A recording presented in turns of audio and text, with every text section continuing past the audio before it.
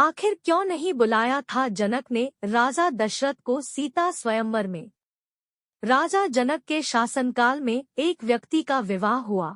जब वह पहली बार सत्संवर कर ससुराल के लिए चला तो रास्ते में चलते चलते एक जगह उसको दलदल मिला जिसमें एक गाय फंसी हुई थी जो लगभग मरने के कगार पर थी। उसने विचार किया कि गाय तो कुछ देर में मरने वाली ही है तथा कीचड़ में जाने पर मेरे कपड़े तथा जूते खराब हो जाएंगे। अतः उसने गाय के ऊपर पैर रखकर आगे बढ़ गया।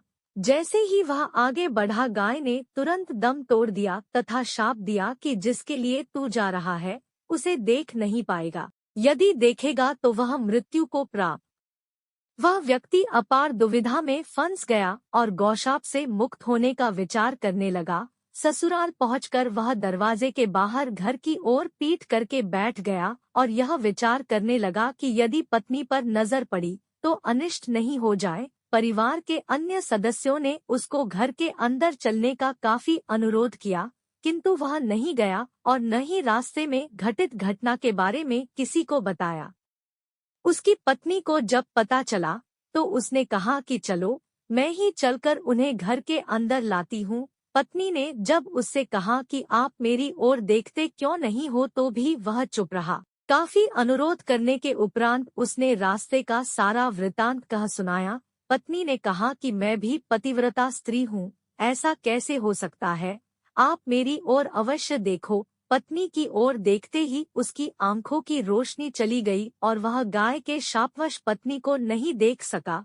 पत्नी पति को साथ लेकर राजा जनक के दरबार में गई और सारा कह सुनाया। राजा जनक ने राज्य के सभी विद्वानों को सभा में बुलाकर समस्या बताई और गौशाप से निवृत्ति का सटीक उपाय पूछा। सभी विद्वानों ने आपस में मंत्रणा करके एक उपाय सुझाया कि यदि कोई पतिव्रता स्त्री छलनी में गंगाजल लाकर उस जल के छींटे इस व्यक्ति की दोनों आंखों पर लगाए तो गौशाप से मुक्ति मिल जाएगी और इसकी आंखों की रोशनी पुनः लौट सकती है।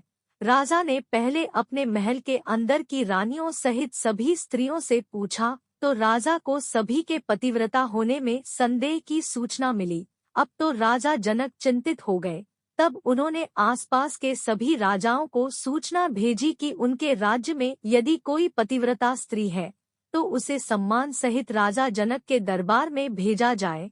जब यह सूचना राजा दशरथ अयोध्या नरेश को मिली तो उसने पहले अपनी सभी रानियों से पूछा। प्रत्येक रानी का यही उत्तर था कि राजमहल तक या आप राज्य की किसी भी महिला यहाँ तक कि झाड़ू लगाने वाली जो कि उस समय अपने कार्यों के कारण सबसे निम्न श्रेणी की मानी जाती थी से भी पूछेंगे तो उसे भी पतिव्रता पाएंगे। राजा दशरथ को इस समय अपने राज्य की महिलाओं पर आश्चर्य हुआ और उसने राज्य की सबसे निम्न मानी जाने वाली सफाई वाली को बुला भेजा और उसके पतिव्रता होने के बारे में पूछा। उस महिला ने स्वीकृति में गर्दन हिला दी।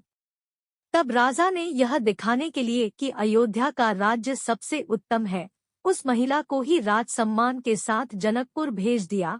राजा जनक ने उस महिला का पूर्ण राजसी ठाट बाट से सम्मान किया और उसे समस्या बताई। महिला ने कार्य करने की स्वीकृति दे दी। महिला छलनी लेकर गंगा किनारे गई और प्रार्थना की, हे गंगा माता, यदि मैं पूर्ण पतिव्रता हूँ तो गंगाजल की एक बूंद भी नीचे नहीं गिरनी चाहिए। प्रार्थना करके उसने गंगाजल को छलनी में पूरा भर लिया और पाया कि जल की एक बूंद भी नीचे नहीं गिरी। तब उसने यह सोचकर कि यह पवित्र गंगाजल कहीं रास्ते में छलककर नीचे नहीं गिर जाए, उसने थोड़ा सा गंगाजल नदी में ही गिरा दिया और पानी से भरी छलनी को लेकर राजदरबार में चली आई।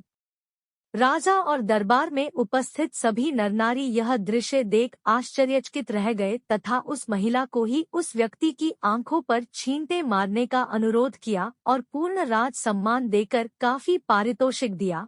जब उस महिला ने अपने राज्य को वापस जाने की अनुमति मांगी तो राजा जनक ने अनुमति देते हुए जिज्ञासावश उस महिला से उसकी जाति के बारे में पूछा। महिला द्वारा बताए जाने पर राजा आश्चर्यचकित रह गए।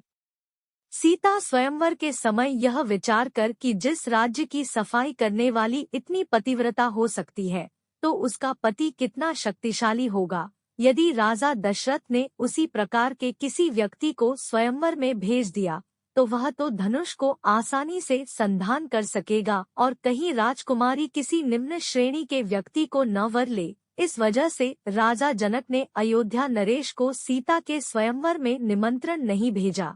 किंतु विधाता की लेखनी को कौन मिटा सकता है। अयोध्या के राजकुमार वन में विचरण करते हुए अपने गुरु के साथ जनकपुर पहुंच ही गए और धनुष तोड़कर श्री राम ने सीता को वर लिया। अगर वीडियो अच्छी लगी हो तो हमारे चैनल को सब्सक्राइब जरूर करें और ऐसे ही रोचक कहानियों के मजे लें।